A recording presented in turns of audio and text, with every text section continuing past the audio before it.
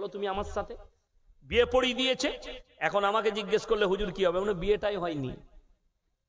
কি হয়েছে? বিয়েটাই হয়নি। যেহেতু তার স্বামী আছে, হারাম। বড় কষ্ট লাগে শুনেলেন। শরীয়তটাকে বাপের জায়গির মনে করবেন না। মন চাই জিন্দেগির নাম ইসলাম নয়, রব চাই জিন্দেগির নাম ইসলাম। এটা মাথায় রাখবেন। আপনি যদি মনে করেন শরীয়ত আমার মতন, আমি নিজের মতো করে নেব, আমাদের সমাজটা আজকে বিপদগামী কেন জানেন? সমাজটা চলতে শুরু করেছে হাদিসুন নিসায়। হাদিসুন নিসা মানে বুঝেন? মৌলবীরা বুঝে গেছে, আলেমরা বুঝে গেছে কি মেয়েদের হাদিস। এখন তো সব থেকে বড় বড় মুফতি সব ঘরেতে আছে একটা করে। বইয়ের থেকে বড় মুফতি কেউ নাই। মুর্শিদাবাদের একটা ছেলে আমাকে ফোন করে বলছে, হুজুর আমি বিয়ের দিন ঠিক করতে এসেছি, এই আমাবস্যার রাতে কি বিয়ে দেয়া যাবে, বিয়ে করা যাবে? আমি বললাম মোটেই করবি না, কালো ছেলে হবে। কি বলবো দেখে আমি? কোরআনে হাদিসে কোথাও নাই। আমি বললাম যে কোনো রাতে করতে পারি, পূর্ণিমার রাতে হোক, জোসনার রাতে হোক। ও ওই যে আমাবস্যার রাতে বিয়ে করা যাবে না, ফতোয়া কার? খালার না হলে ফুপুর। ওর থেকে তো বড় মুক্তি কেউ নাই সমাজে। আমি আমার গ্রামে বিয়ের দিন ঠিক করতে গেছি, আমাকে ডাকলে হুজুর আসবেন। আমরা মাদ্রাসা ক্লাস চলছে, আসরের পরে যাব। গেলাম তো প্রথমেই চা পানির ব্যবস্থা হবে, তারপরে দিন ঠিক হবে। আমি ডায়েরিটা নিয়ে গেছি জলসা, আমার দূর সম্পর্কে আত্মীয় হয়। চা দিয়েছে, চা বিস্কুট চানাচুর সব আছে, কিন্তু ডিম সিদ্ধ দেয়নি। আমাদের দেখবেন মেহমানকে আমরা ডিম সিদ্ধ দিই না, বাঙালিরা চায়ের সাথে ডিম সিদ্ধ দেয়, ডিম সিদ্ধ নাই। আমার মনে মনে চিন্তা হলো আল্লাহ কিনতে ভুলে গেছে না পয়সা নাই, দুটো জিনিস। যাই হোক আমি ওই চা ফা খেয়ে নিলাম। আমি এরপর বললাম ভাই আচ্ছা কবে করবে? বলে হুজুর আপনার টাইম মতো। আমরা দেখো বার করছি, তাহলে ডায়েরিটা বার করলাম, আমার টাইম মতো করবে, কত ভালোবাসে আমাকে। দিয়ে আমি বললাম ফাল্গুন মাসের প্রথম সপ্তাহে শনিবার বিয়ে করো, রবিবার অলিমা, আর সোমবার তোমরা মেয়ে জামাই নিয়ে আসবে। হয়ে গেল। ছেলের বাপ বললে হুজুর বাইরে থেকে আসি। সে গিয়ে তো এখন বড় মুফতি সাহেবকে ফোন লাগাইছে, বউ হুজুর বলছে শনিবার বিয়ে, আর ওই দিক থেকে মুফতি সাহেব ফতোয়া দিচ্ছে না শনিবার শনি লেগে যাবে। আমরা শনিবার তোর বাম মরলে কি করবি? ওকে তো রেখে দিতে হবে, না তোর বাপের কবর শনি লাগবে। আমার কথা মানলো না। সোমবার বিয়ে, মঙ্গলবার অলিমা, বুধবার মেয়ে জামাই নিয়ে যাবে। 3 মাস পরে বিয়েটা ভেঙে গেল। আমি আল্লাহর কাছে দোয়া করেছিলাম আল্লাহ এই বিয়ে যেন ভেঙে যায়। বিশ্বাস করুন, আল্লাহর কসম করে বলছি আমি দোয়া করেছিলাম যে আল্লাহ এদের যেন বিশ্বাস এটা আসে, এই শিরকি আকীদা যেন যায় যে প্রত্যেকটা দিনের মালিক হচ্ছেন আল্লাহ, আল্লাহর কাছে সব দিনটাই ভালো। জোরে বলুন সুবহানাল্লাহ। শনিবার রবিবার নেই, সোমবার করেছে, বিয়েটা ভাঙলো। আমি বললাম এরপর বল যে এই শনিটা লাগলো কোথায়? এটা তো শনিবার ছিল না, সোমবার ছিল, শনিটা লাগলো কোথায়, বিয়েটা ভাঙলো? বাড়িতে এলাম, আমার স্ত্রীকে জিজ্ঞেস করলাম হ্যাঁ গো ডিম দেয়নি কেন? বলে তুমি জানো না? এমন না তো।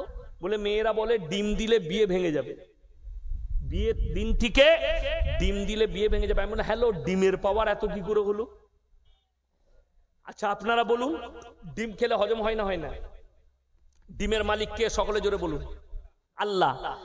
ডিমের মালিক যদি আল্লাহ হয়, মুরগির মালিক যদি আল্লাহ হয়, তাহলে ডিম কি করে বিয়েটা ভাঙাবে? এইগুলো হচ্ছে শিরকি আকীদা।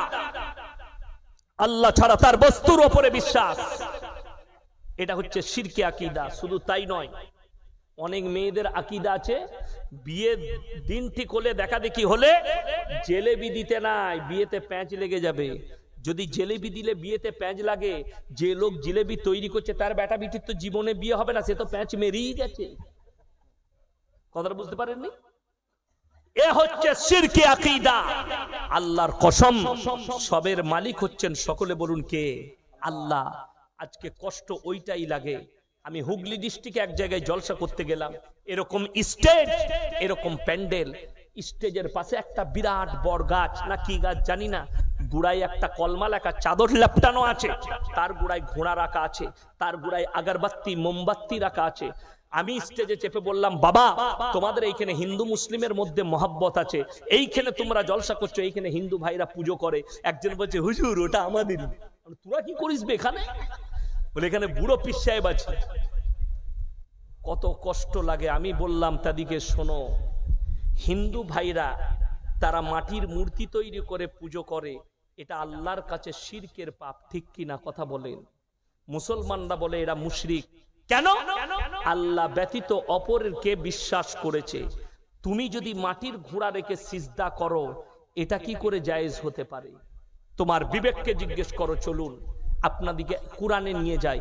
17 পারা। কত পারা বললাম বাবা? যাদের বাড়িতে মানে কোরআন আছে খুলবেন আমাকে গালি দেবার আগে, অনুরোধ করে বলে যাচ্ছি, গালি দেওয়ার আগে কোরআনের মানেটা খুলবেন। আর যাদের বাড়িতে নেই, ইমামের কাছে সকালে দেখা করে বলবেন কোরআনের মানেটা শুনান, তাফসীরটা শুনান। যদি বলে দেয় ভুল বলে গেছে, আমি ইয়াসিন এসে বাইক ক্যামেরা চালিয়ে ক্ষমা চেয়ে যাব, আর আপনাদেরকে বলবো কবরের কাল থেকে পুজো করবি। কোরআন খুলেন, 17 পারা, শেষ পৃষ্ঠা, শেষ রুকু। ইয়া আইয়ুহান নাসু যুরিবা মাসালুন ফাসতামিউ লাহু ইন্নাল্লাযীনা তাদউনা মিন দুনিল্লাহি লা ইয়াখলুকু দুবাবান ওয়ালা বিসতামাউ লাহু ওয়া ইয়াসলুবুহুমুদ দুবাবু শাইয়ান লা ইস্তানকিদুহু মিন।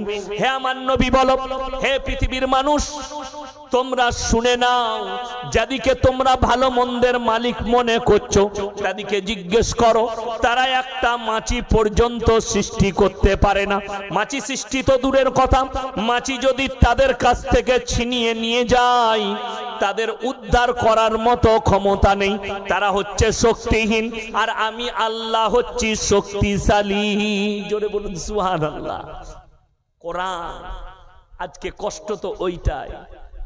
আপনি এই আমার কাছে একজন ডিফেন্সে মনে হয় চাকরি করে, হ্যাঁ ডিফেন্সে চাকরি করে, মিলিটারি, মেসেজ করেছে, আপনি আমাকে প্রমাণ দেন যে হাজী আলী মাজারে মানুষ গিয়ে ভালো মন্দ চায়। আমি বললাম তুমি 11 তারিখে আমি যাচ্ছি মুম্বাই, তুমি চলে এসো, তোমাকে হাজী আলীতে আমি পায়েস খাওয়াবো। কিসের? ফলের পায়েস। হাজী আলীর পাশে একটা হোটেলে খালি ফলের পায়েস পাওয়া যায়, তোমাকে খাওয়াবার মাজারের ভেতরে কানটা ধরে দেখাবো যে দেখ কি চাইছে সিজদা করে।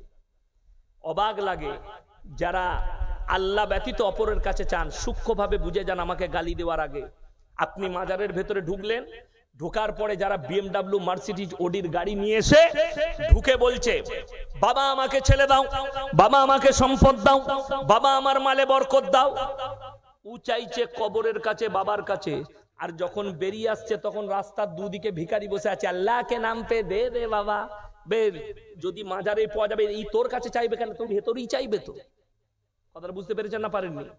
ই জানে ওই কবরে গিয়ে হাত পাতলে মাল পাওয়া যাবে না, তোর কাছে হাত পাতলে মাল পাওয়া যাবে। এই ভিখারিটা বুঝে গেল, তুই বুঝতে পারলি না। দেনেওয়ালা শখসিয়ত, একমাত্র দেনেওয়ালা জাত হচ্ছেন আমার আল্লাহ রাব্বুল আলামিন। জোরে বলুন সুবহানাল্লাহ। আল্লাহ পৃথিবীর নিয়ন্ত্রণ কর্তা। তুমি আল্লাহ ব্যতীত অপরের কাছে চাইবে না। আজ থেকে নিয়ত করুন সবাই, হাত তুলে বলুন তো 5 ওয়াক্তের নামাজি হব। জোরে বলুন ইনশাআল্লাহ। নিজেদের জীবনটাকে শিরক মুক্ত জীবন গড়ব। জোরে বলুন ইনশাআল্লাহ। আপনাদের এই কেশপুর এলাকা থেকে, আমি জায়গাটার নাম করব না, একজন ভণ্ড ফোন করে এলো, তোমার সঙ্গে মুনাজারা করবো। আমরা, তুই যদি মুনাজারা বানানটা বলে দিতে পারিস আরবিতে, আমি যে কোনো টাইমে কেশপুর চলে যাব, যেখানে বলবি। শুধু তাই নয়, তাকে আমি বললাম, শোনো, কেশপুরে আমি আজকের লয়, আমার অনেকগুলো সাথী আছে কেশপুরে, অনেক বন্ধু বান্ধব আছে। আমার আব্বার